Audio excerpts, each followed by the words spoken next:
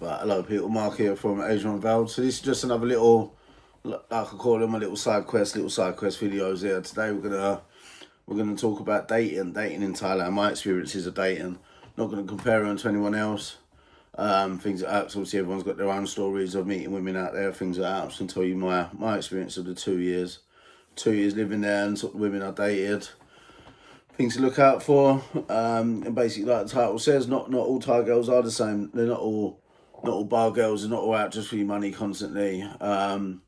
So yeah, I'm basically just gonna break down my experience of dating in Thailand. And to be honest, like a lot of my friends know, and a lot of people around me know, I had quite a lot of experience while I was out there, shall we say? So yeah, I think I'm experienced enough to touch on this subject here. So obviously we'll go back to when I first went out there. Luckily, I was lucky enough to meet a girl that was sort of everything you don't hear about Thailand. I mean, the one thing, she did like a party. Do you know what I mean? She was in Phuket. She did like a party. But the fact of all you hear them say before I went there is Thai girls, all they want is your money. They're going to want a monthly payout. If you go home, they're going to want you to send them a load of money. They're going to want money for their family, for their buffalo, all them sort of jokes that you hear about Thai ladies. Obviously, at that time, my money was good, so I was sort of almost ready for what come with having a Thai girlfriend. Do you know what I mean? But yeah, I met her. Like I said, I spent the 2 3 weeks that I was traveling Thailand with her every day. Like, yes, of course, she's now gone from living in a sort of box room with her friends to now staying in nice hotels, in villas, being in nice cars, having nice meals. Like, she wouldn't have to pay for a thing. And of course, I treated her. She was my girlfriend, so of course I'm gonna buy her things, like I would do any girl in any part of the world.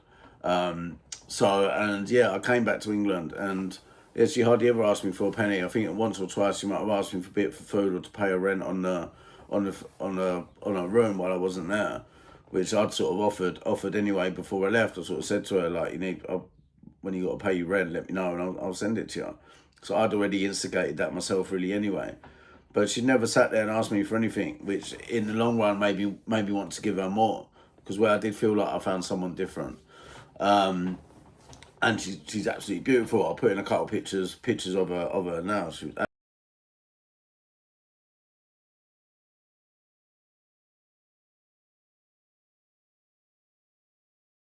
absolutely stunning. So yeah, I'm thinking I won the jackpot. Obviously, again with the business side of things, she was absolutely brilliant. Sort of when it comes to starting a business, of course she's happy to start a business. Um, so so she was no dramas with that, with the signing and everything. And then obviously we did end up breaking up. Um, and even after that, when it comes to the business, she had to sign something. She'd be there. She signed it. Like, she never caused any drama. All she wanted me to do was try and find someone else to basically take over her 51%, so she didn't have to keep signing things and didn't have to come down to the shop and things like that. So that was the only thing that we sort of agreed on. But yeah, overall, she was you're not very typical Thai lady. And like I said, when I come back to England, we did start talking again, and we was planning one thing she'd always wanted. Like, again, like, this is sort of maybe a lot of people get said about the script Thai girls get told when they're kids and things like that, like find a foreign man, get money, send it to us, blah blah blah, things like that. And with her thing was she always wanted to move to England. She'd had an ex that I think lived in Ireland, either Ireland or Wales, one of the two. And she'd moved there with him and then broken up and gone back to Thailand. So her thing was she always wanted to come to England, and she always wanted to see the snow, which unfortunately she never got to see. And that was sort of something we was planning for, was to try and move her to England. I was planning to go and meet her, whether that would be in Thailand or whether that would be in Vietnam or something like that, or somewhere close that she could then travel to, and we'd meet up. Obviously, where I had the problems being banned from Thailand for a year. So yeah, like I said, with her, she was one of the good ones. She's one of the ones you can find out there.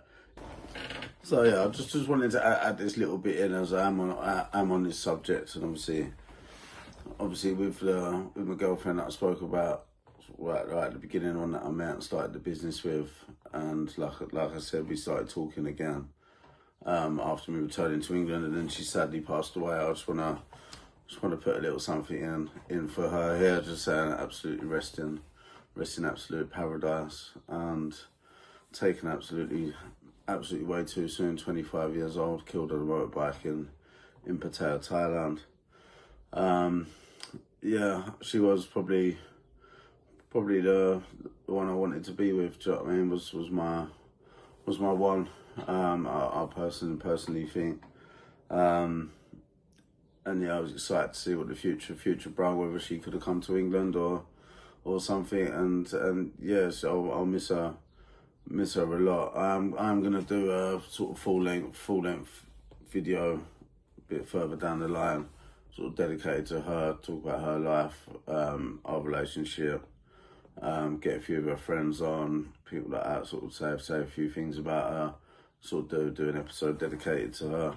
But yeah, just wanted to put this in and say absolutely, like I said, rest in paradise. And I'm going to put in a few photos of her, a few photos of me and her, and yeah, just dedicate a little part of this video to her, and I'll do a full breakdown on her in the future. But yeah, it's a sad reality of things in Thailand, like I said, with the motorbikes and that out there, and we'll go into it in a lot more detail in a future video. But for now, here's just a few photos of an absolute beautiful woman, beautiful soul, beautiful heart, and a woman that I miss every day. So yeah, just wanted to put this in for you.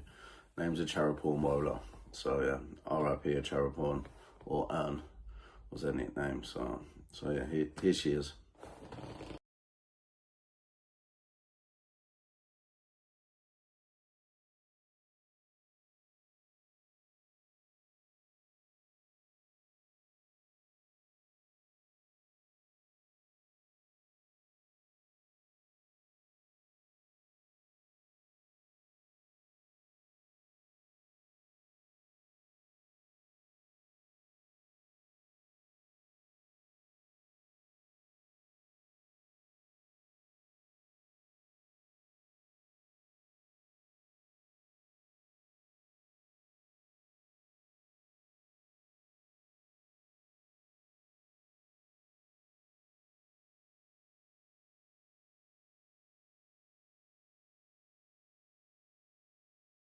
It's not all going to be money. Do you know what I mean? You have ones that, yeah, they're just happy with what you're bringing them already.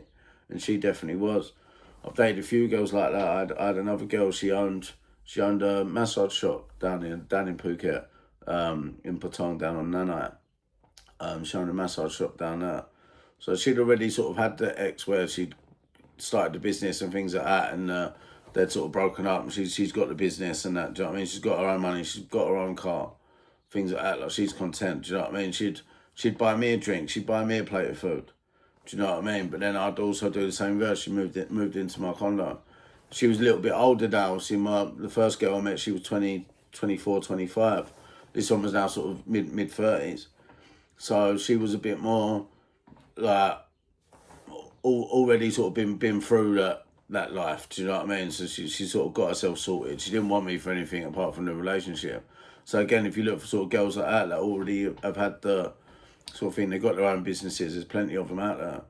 Like going on as what I used to use for dating was Tinder and Thai Friendly, were the two that I would use for dating out there, to find girls out there, because I didn't want to just sit there and get a girlfriend from the bar. I look for ones that are a bit different, and the ones that do the ex work, the freelance work, things like that. One good thing about Thailand is they're very honest about it. One of the very first things they'll tell you is, "Oh, I'm a freelance worker." So you'll know straight away whether it's a one night thing or whether it's a long term thing. So yeah, that's the one good thing out there. They all are honest. You won't find out later down the line it's an ex-worker. Obviously, you do hear stories sometimes where they've got hidden jobs. They do lie to foreigners, things like that. But I never experienced that myself.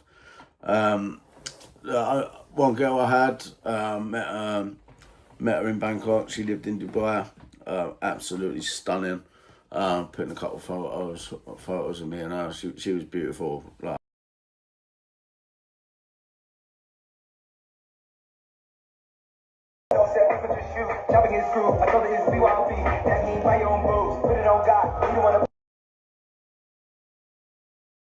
absolutely beautiful. So one of the most beautiful girls that I've ever been with.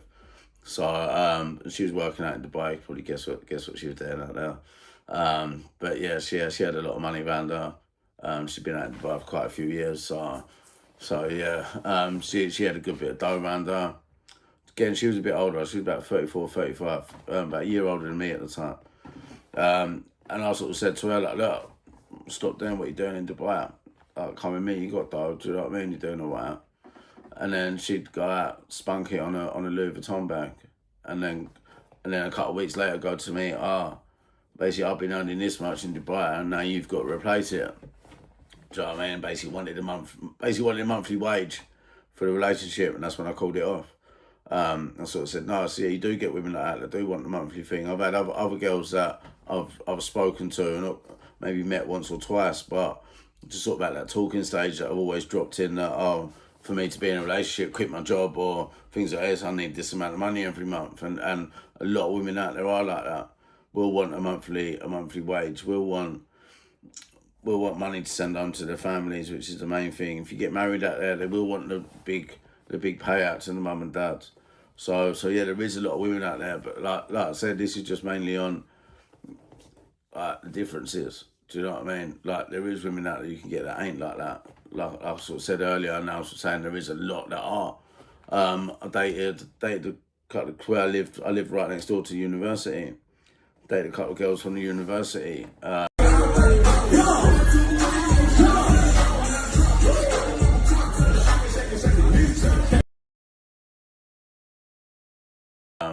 Sort of early 20s, sort of 22, 23, sort of at the end of university. And yeah, like, I've dated them, and the good thing with them, they're almost like, they haven't been corrupted by their life yet. They haven't been, yeah, they're in Phuket, they're about to. Do you know what I mean? As soon as they finish university and they go get that job in Patong, it's going to be corrupted, shall we say, by the usual bars, things like this. But at this point, they're students. Do you know what I mean? They're not at that stage yet. Do you know what I mean? So again, a couple of girls that I dated there were very much more didn't really want anything. Like they would chat with you paying for a bit of food, things like that. Like they had their allowance from they to be in uni in Thailand. It cost money, so their mum and dads have probably got a decent, all right bit of money around them. So they're getting sent money anyway. So they're not really asking you. They've not really been told the script yet. They've not really been corrupted by Bang the Road and walking streets and things like this yet to be able to do that. But probably if you met them in 2-3 years time, that's probably what it would be like. But yeah, basically that's sort of basically what I wanted to get at in this one. Again, it's just a little short side quest one, but yeah, just basically the dating in Thailand. Like I said, you can if you're going there and you want to live there, you want to live there full time, you want to start a business or you want to buy a place and you need someone. There is very, very good Thai girls out there. There is girls out there that don't want your money, don't want anything from you but what you bring to them in a relationship. Because at the end of the day, you're still taking them out of whatever situation they're in and putting them into your better situation. So a lot of them are grateful for it. Like, yes, some of them will spill I want 20,000 baht a month, I want 40,000 baht a month, and I'll do everything for you. You're getting your money's worth. You know what I mean? If you're paying 20,000 baht a month for a bird, and she's doing absolutely everything for you, treating you like an absolute king, it's worth it. I think that's worth it. Like at the end of the day, like come to England now. Have you got women in England that just want your money? Of course you have. Every country in the world, have you got women that are after money? Of course you have. So I don't know why Thailand's got this big stigma. Because in the day, I've dated birds in England that as soon as they saw the Rolex on my wrist, they finally gave me a message back. When I had a G-Shock a year earlier, they'd leave me on red. But the minute I've got a Rolex on and a diamond bracelet, and I'm driving convertibles, I'm getting messages back now. Do you know what I mean? So there's not really a lot of difference. You go and take a girl out in England, you take a girl out in London, she then wants a new bag, she then wants all this, gets her nails done, her eyelashes, a tanning. It's not costing you money. It's not costing you a monthly wage. Of course it is. Any relationship is going to cost you money. Because you're gonna now instead of going out for a meal for one, you're going out for a meal for two. You're not going to make your missus pay. Do you know what I mean? So now that's doubled. You got your missus' birthdays, you've got Christmases, you've got things like this, which is now you're buying for an extra person. When you want to get your girl a little treat, Valentine's Day, things like that, she's got a promotion at work. It's a wage. You're paying for that relationship. The difference in Thailand is just a lot more black and white. It's just, look, I want 20, 30 grand. And I'll be with you and I'll do absolutely everything for you. It's all laid out. And then obviously anything on top of that you want to pay for is up to you.